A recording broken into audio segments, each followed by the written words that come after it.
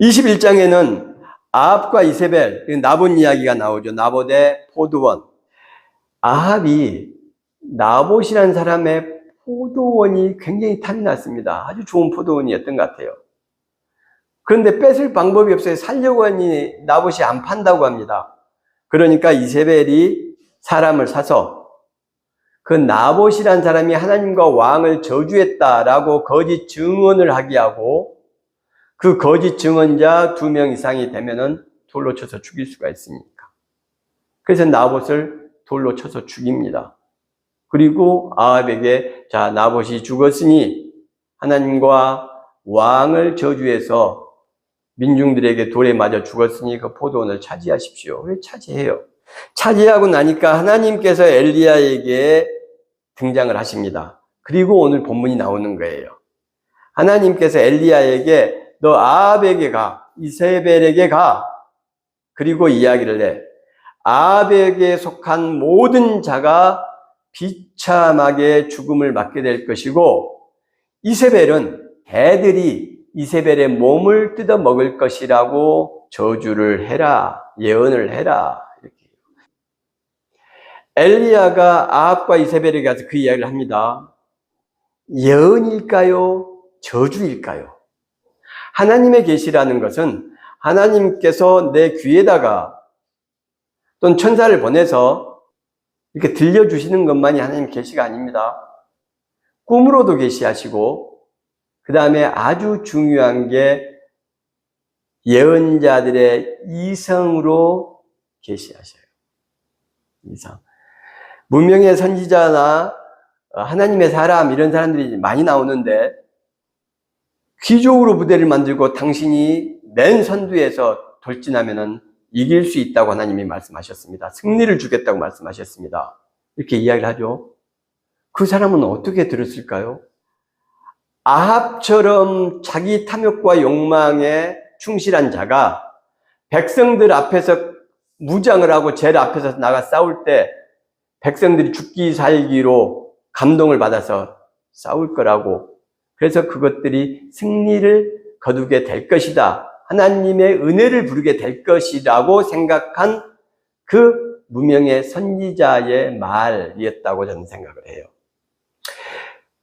엘리야에게 하나님께서 계시를 하셨는지 직접적으로, 아니면 엘리야가 아합과 이세벨이 나봇을 죽이고 그 민중들이 돌로 쳐서 거기에 하수인 역할을 하고 하는 소리를 듣고서 너무나 분노해서 참을 수가 없어서 너 그딴 식으로 일반 백성들을 죽이는 그 악행 위에 하나님께서 징계하시고 절대 용서하지 않을 거야.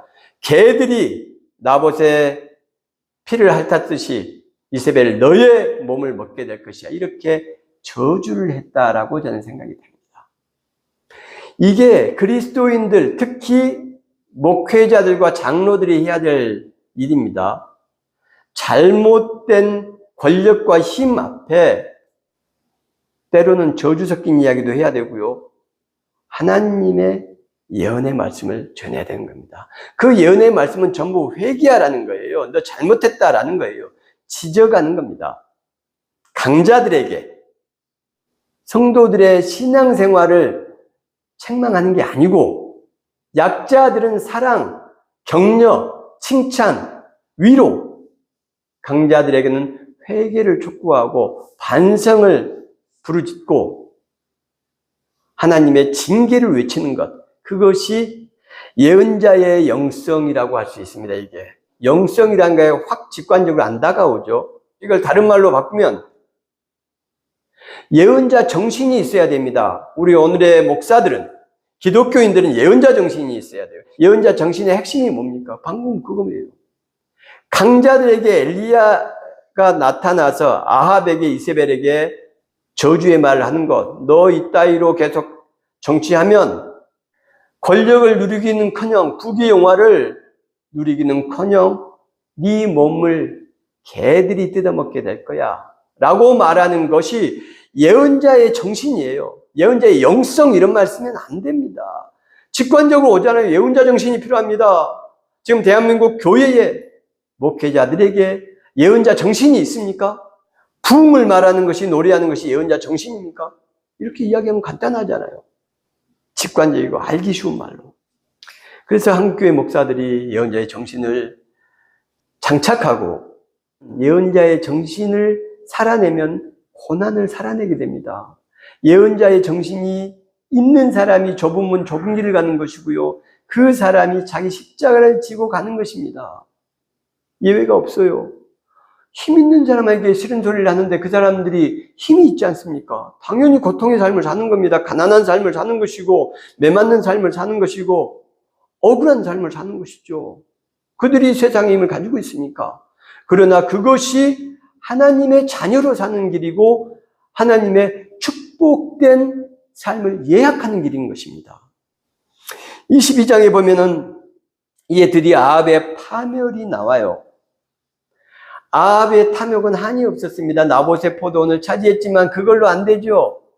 그래서 아버지 때에 뺏겼던, 아람에게 뺏겼던 길르앗 라못, 이 길르앗 라못은 요단강 쪽에서 보면 요단강 왼쪽이 이스라엘이죠. 오른쪽은 모압과 암몬 지역 아닙니까? 이 요단강 오른쪽에 있는 지역이에요.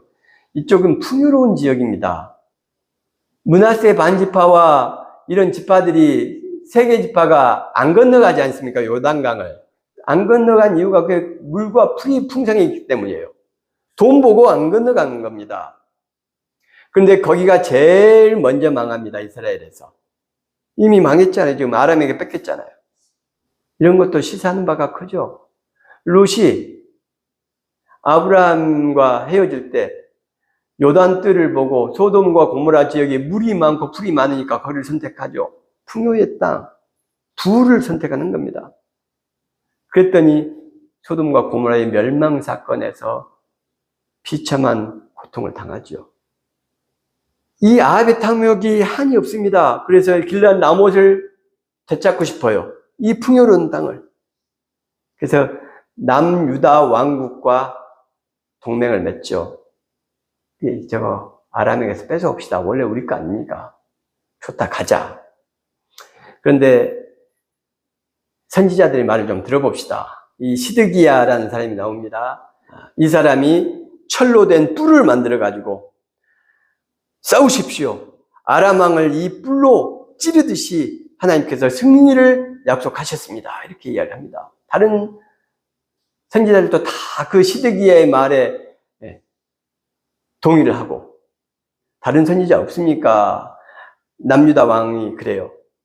왜냐하면 너무 하나로 좋은 이야기만 하거든요. 아합이 합니다. 한 사람이 있긴 한데 걔는 통 싫은 소리만 합니다. 듣기 싫은 소리만 합니다. 그래서 듣고 싶지 않습니다. 그런 말씀 마십시오. 그를 불러서 이 전쟁은 중요하니까 이야기를 들어봅시다. 하나님의 말씀이 무엇인지. 미가야가 옵니다. 이 전쟁하면 안 됩니다. 당신은 죽을 것입니다. 아합이 화가 나죠. 듣기 싫은 소리를 하니까. 안 듣고서 전쟁에 나갑니다. 시드기야가 거기 있다가 미가의 뺨을 갖다 칩니다. 하나님의 영이 언제 나를 떠나 너한테로 가서 그따위 말을 하느냐? 너가 골방에 숨는 날 그것을 알게 될 것이다. 누가 참 선지자고 누가 거짓 선지자인지 구별할 수 있습니까, 여러분? 치드키야라는 뜻입니다. 치드는 제데크의 약자, 제데크. 공의라는 뜻입니다. 공의, 정의, 제데크. 야훼. 공의의 하나님, 하나님은 공의로우시다. 이름 기가 막히죠. 미가야, 미는 누구 이런 뜻입니다. 야는 야훼. 야훼는 누구신가? 누가 야훼신가? 이런 뜻이죠. 서술적 용법, 한정적 용법으로 이렇게 하면은 이름을 갖고 구별할 수 없어요. 치드키야도 하나님께서 승리를 주셨다면서 그럴싸하게 쇳불로 그럴싸하게 승리를 주실 거라고 하나님께서 말씀하셨습니다. 모든 선지자들이 다 그렇게 동의를 하고, 미가야가 전쟁에서 질 것이고 당신은 죽을 것입니다 라고 말하니까 뺨을 갖다 내치면서 하나님의 영이 언제 너한테로 가서 그런 말을 하더냐. 이거 정말 하나님의 선지자 같죠? 보면 확신을 갖는 것 같죠? 구별할 수 없습니다, 우리는. 우리 세상에도 이런 사람들이 있습니다. 목회자가 참 목회자냐, 거짓 목회자냐, 말과 설교를 가지고 구별하기가 참 힘들어요. 예수님께서는 열매로 나무를 판단하라고 하셨죠. 예언자의 정신이 있어야 된다고 그랬죠. 예언자의 정신은 공의와 사랑. 근데 공의는 강자에게, 사랑은 약자에게 이렇게 향하는 게 예언자의 정신입니다. 엘리야는 아합과 이세벨에게 공의를 이야기했죠. 회개를 촉구했죠. 그럼 여기서 어떻게 해야 됩니까? 아합은 강자니까 시드기야가 가슴이 뜨끔할 수 있는 말을 해야 되는 겁니다. 이것이 열매예요. 미가야는 듣기 싫은 소리만 하고 이 시드기야와 선지자들은 듣기 좋은 소리만 한다는 거예요. 강자들에게 듣기 좋은 소리만 하는 사람들은 가짜입니다. 열매예요, 이게. 열매. 설교를 하면서 성도들 향해서 끊임없이 신앙적으로 압박하는 것은 나쁜 예언자의 정신이 전혀 없는 그런 거짓 선지자인 것입니다. 그것은 장로들에게 이야기를 해야 되고 자기와 같은 목사들에게 신앙생활 똑바로 하라고 외쳐야 되고 국회의원과 장관들 신앙생활하는 집사들, 장로들 똑바로 신앙생활하고 정치 똑바로 해야 된다고 이야기를 해야 그것이 참 선지자의 바른 열매가 되는 것입니다. 미가야는 뭐라고 합니까? 당신 이렇게 나가서 전쟁하면 죽어. 당신의 백성들, 전쟁에 나간 군사들은 목자 없는 양같이 전부 흩어지게 돼. 듣기 싫죠. 그러나 힘 있는 사람한테 예언자의 정신을 가지고 바른 말씀을 전한 거예요. 이게 열매입니다. 우리가 말만 가지고 판단할 수 없을 것 같지만 말이 열매이기 때문에 목회자들은 말 가지고 판단이 가능해요. 제가 어떤 이단 목사, 벌써 한 10년 넘었습니다.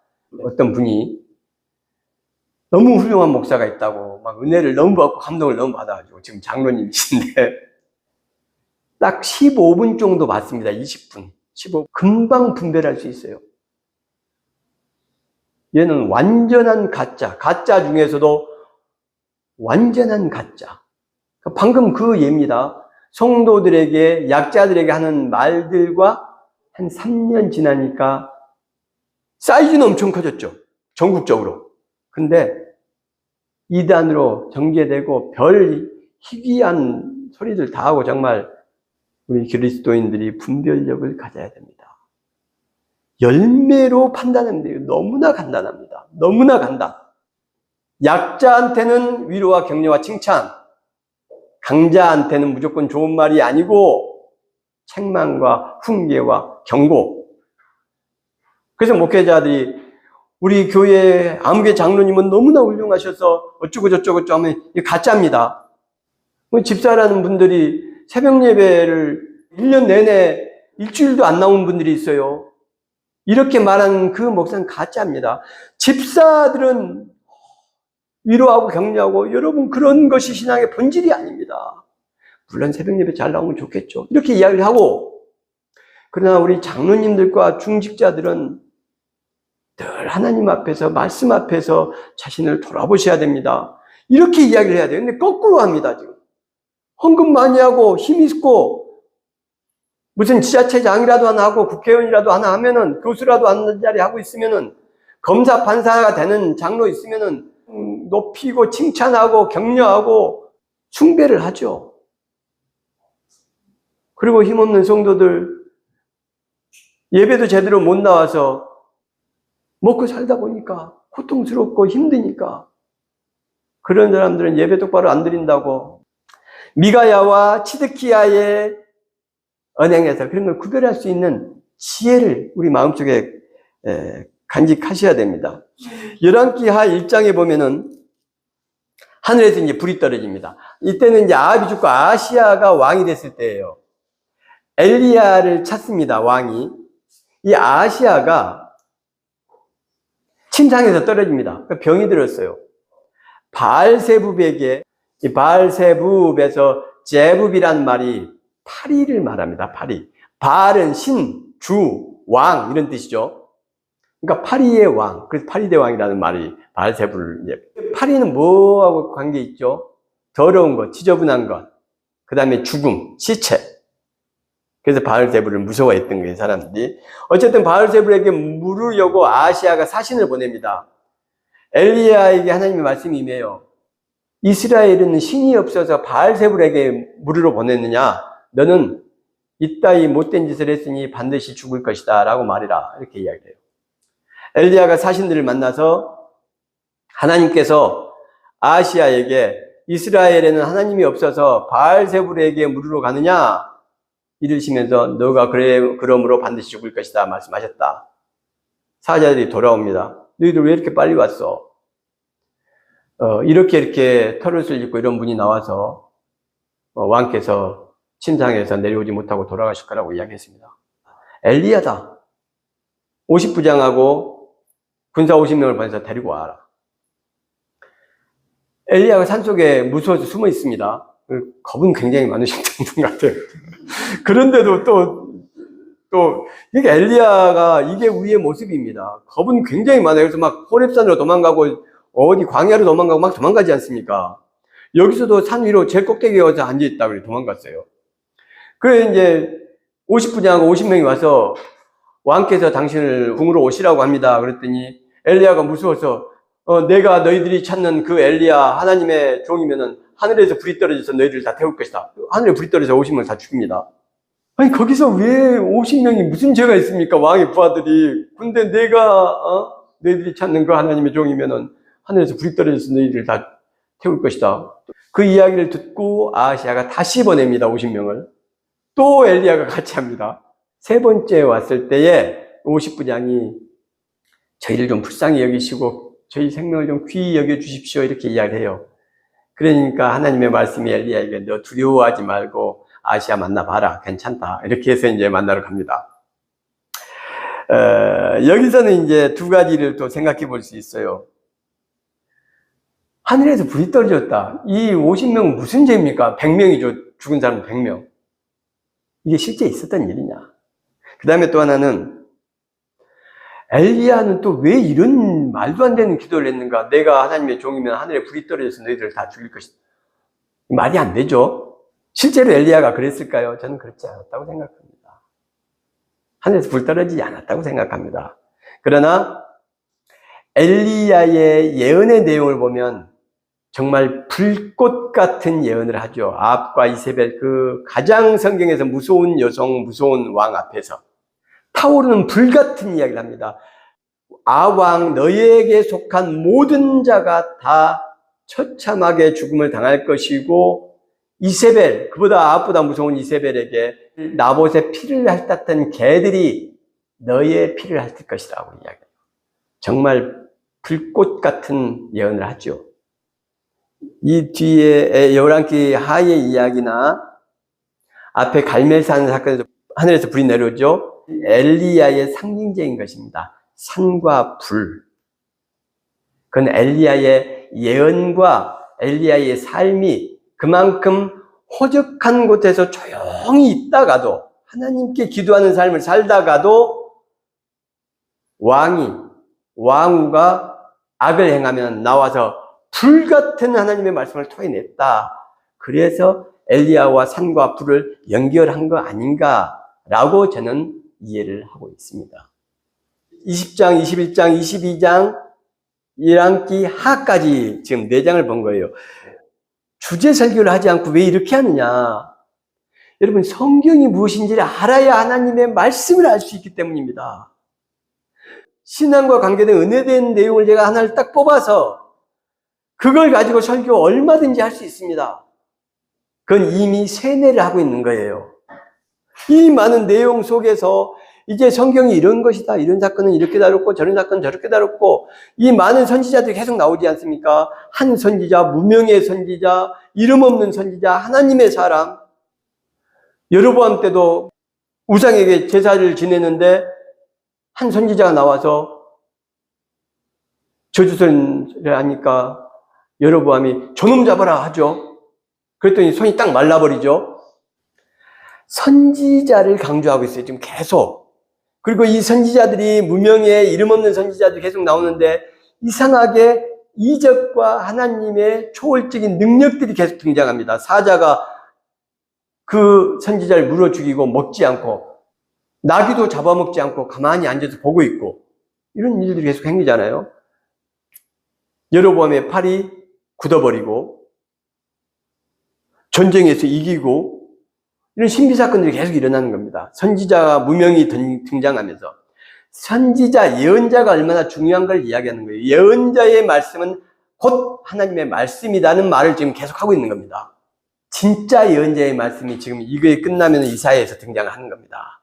이사야, 예레미야, 에스겔. 그래서 이 11기가 끝나면 멜라킴이 끝나면 바로 이사야가 시작됩니다. 이사야가 하는 말이 뭐냐면 너희들 나를 제대로 예배드리지 않았어. 제사는 그렇게 드리는 게 아니야. 고아와 과부와 나그네를 사랑하는 것이 하나님 진정으로 원하는 예배야. 이런 것이 이제 이사야 1장부터 나오거든요. 그것을 강조하는 겁니다. 지금 예언자의 말씀은 하나님의 말씀이야. 예언자의 말을 수용하고 순종하는 것은 하나님의 기적을 볼 수 있는 가장 첫 번째 지름길이야. 그러니까 무명의 선지자가 나와서 아합에게 왕이 선두에 서고 귀족들을 부대로 만들어서 싸우면 저 거대한 아람 군대를 다 쳐부술 수 있습니다. 그렇게 했더니 하나님 기적이 일어나잖아요. 그래서 그 선지자들은 곧 눈에 보이는 하나님이다 이 말을 하는 겁니다. 그래서 그들이 말하는 것도 곧 하나님의 말씀이 되는 거죠. 뒤에 나오는 예언서들을 위한 빌드업을 지금 계속 11기에서 하고 있는 겁니다. 빌드업을. 그래서 이게 열왕기라고 되어 있지만 사실은 왕들이 주인공이 아니고 예언자들이 주인공인 겁니다. 예언자의 내용은 두 가지. 하나님 잘 섬겨라. 고아, 과부, 나그네를 돌보는 것이 하나님을 잘 섬기는 것이다. 이렇게 해서 이제 예언서가 전부 내용이 끝나는 것이죠. 오늘 내용을 통해서 우리들도 성경이 무엇인지를 좀 더 깊이 생각하고 성경에 대해 잘 아셔야 됩니다. 그래서 각자가 성경을 읽고 성경의 하나님을 만나셔야 되는 거예요. 그 하나님이 진짜인 겁니다. 세뇌된 말씀으로는 너무나 편협하고 한계에 지어진 성경의 하나님이 아닌 그 사람이 말하고자 하는 의도하는 하나님을 우리가 만나게 돼요. 그리고 그 하나님은 가짜 하나님입니다. 여러분들이 직접 성경 속에서 살아계신 하나님을 만나기를 주님의 이름으로 축원합니다.